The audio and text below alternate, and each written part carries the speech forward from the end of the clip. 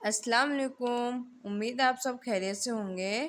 تو اردو زبان کی چوتھی کتاب کا آج پڑھیں گے ہم سبق نمبر 48۔ پارٹ کا نام ہے جلال الدین محمد اکبر۔ جلال الدین محمد اکبر۔ تو ویڈیو کا پورا ضرور دیکھیے، ویڈیو پسند آئے تو لائک کیجیے۔ ہمارے چینل پر پہلی بار آئے تو پلیز ہمارے چینل کو سبسکرائب کر لیجیے اور زیادہ سے زیادہ اس ویڈیو کو اپنے دوستوں کے ساتھ شیئر کر دیجیے۔ اور ابھی تک آپ نے ہماری پچھلی ویڈیو نہیں دیکھی تو ان کا لنک میں نیچے ڈسکرپشن باکس میں دے دوں گی، وہاں سے آپ چیک کر سکتے ہیں۔ اور اسی چینل پر ہم نورانی قاعدہ کی بھی ویڈیو اپلوڈ کرتے ہیں، اگر آپ نے وہ بھی نہیں دیکھی تو اس کا بھی لنک میں نیچے ڈسکرپشن باکس میں دے دوں گی، وہاں سے آپ چیک کر سکتے ہیں۔ تو آئیے ہم اس ویڈیو کو شروع کرتے ہیں۔ بسم اللہ الرحمن الرحیم۔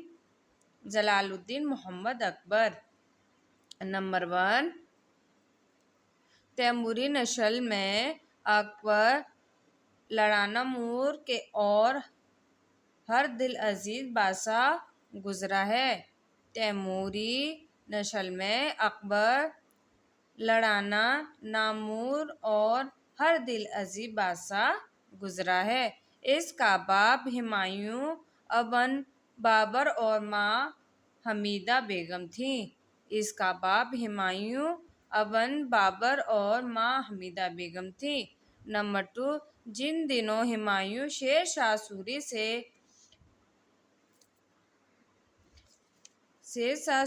ہزیمت پا کر ہندوستان کی مغربی حدود میں پڑا پھرتا تھا۔ جن دنوں ہمایوں شیر شاہ سوری سے ہزیمت پا کر ہندوستان کی مغربی حدود میں پڑا پھرتا تھا اور مصیبت و شعوبت کی گھٹا اس پر چھائی ہوئی تھی۔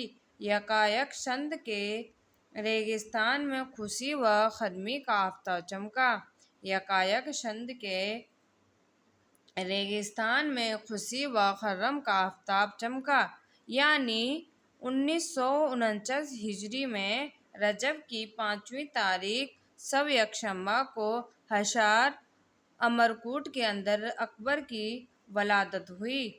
یعنی 1949 عیسوی میں رجب کی 5ویں تاریخ شب یکشنبہ کو حصار امرکوٹ کے اندر اکبر کی ولادت ہوئی۔ نمبر 3، کچھ عرصہ بعد ہمایوں قندھار کی سرحد میں داخل ہوا۔ کچھ عرصہ بعد ہمایوں قندھار کی سرحد میں داخل ہوا، مگر اپنے بھائی کا مرنے کے خوف سے ماں حمیدہ بیگم اور چند رفقائے جاں نثار کے کام ناکام ایرانی عملداری میں بھاگ گیا، مگر اپنے بھائی کامراں کے خوف سے ماں حمیدہ بیگم اور چند رفقا جاں نثار کے کام ناکام ایرانی عملداری میں بھاگ گیا، اگر اپنی انا و خدام سمیت چچا کی حراست میں پڑ گیا۔ اکبر اپنی انا اور خدام سمیت چچا کی حراست میں پڑ گیا اور کابل میں پرورش پاتا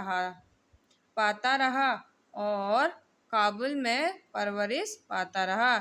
نمبر 4، ہمایوں نے 2 برس کے بعد شاہ ایران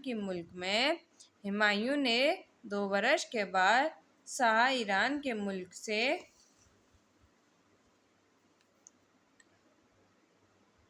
افغانستان کو فتح کیا۔ اس وقت ماں باپ نے اکبر کو پھر دیکھا، جس کی عمر اب 2 سال 9 مہینے 8 دن ہو چکی تھی۔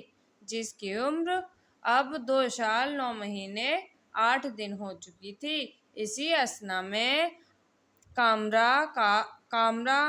کامراں کابل پر دوبارہ قبضہ ہو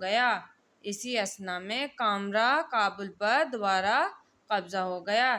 جب ہمایوں نے محاصرہ کر کے قلعہ پر گولہ باری کا حکم دیا، جب ہمایوں نے محاصرہ کر قبلہ پر گولہ باری کا حکم دیا تو سنگ دل مرزا نے معصوم بھتیجے کو مورچہ پر لا بٹھایا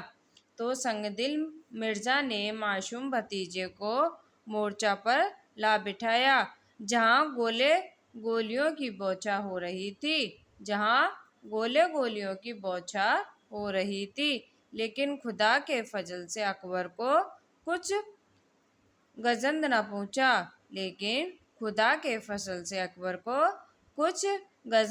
پہنچا البتہ ہمایوں کی توپوں کا منہ بند ہو گیا نمبر 5 آخرکار ہمایوں نے سب خرقصوں کو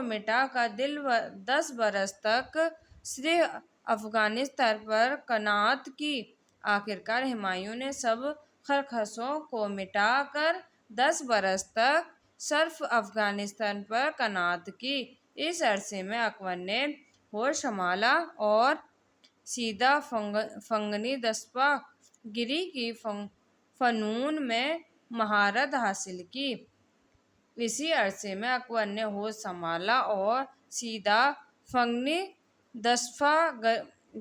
کی فنون میں مہارت حاصل کی اللہ نوست و خواند سے محض بے بہرا رہا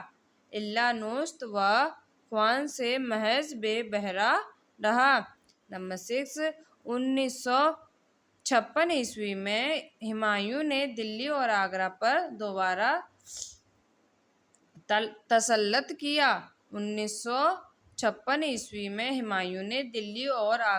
دوبارہ تسلط کیا مگر 6 مہینے بعد کتب خانے کے زینے سے گر کر وفات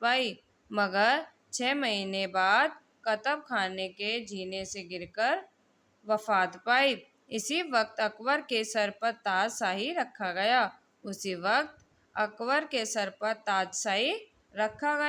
اس کی عمر صرف 13 برس 4 مہینے کی تھی بس اس کے نو عمر کے باعث بیرم خان مدارالمقام سلطنت مقرر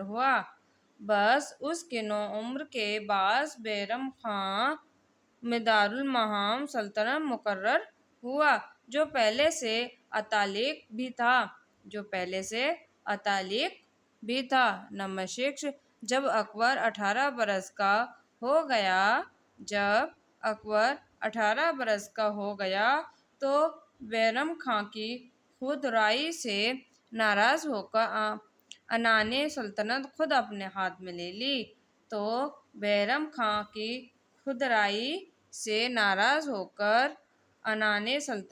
خود اپنے ہاتھ میں لے لی اور اپنی مردانگی اور فرزانگی سے ہندوستان کے خود سرصوبوں کو مطیع و مسخر رکھا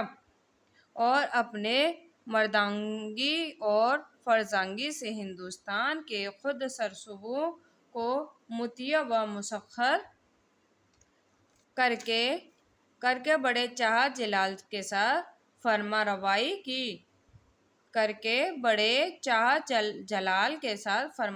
کی آخر 1605 عیسوی میں وفات پائی اور آگرہ کے قریب سنگدرہ میں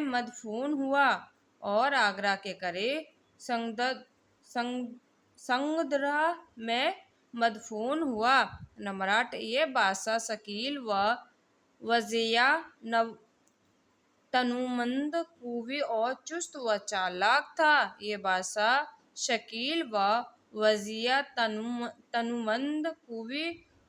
چست و چالاک تھا اکثر اوقات ہر مذہب کے علماء سے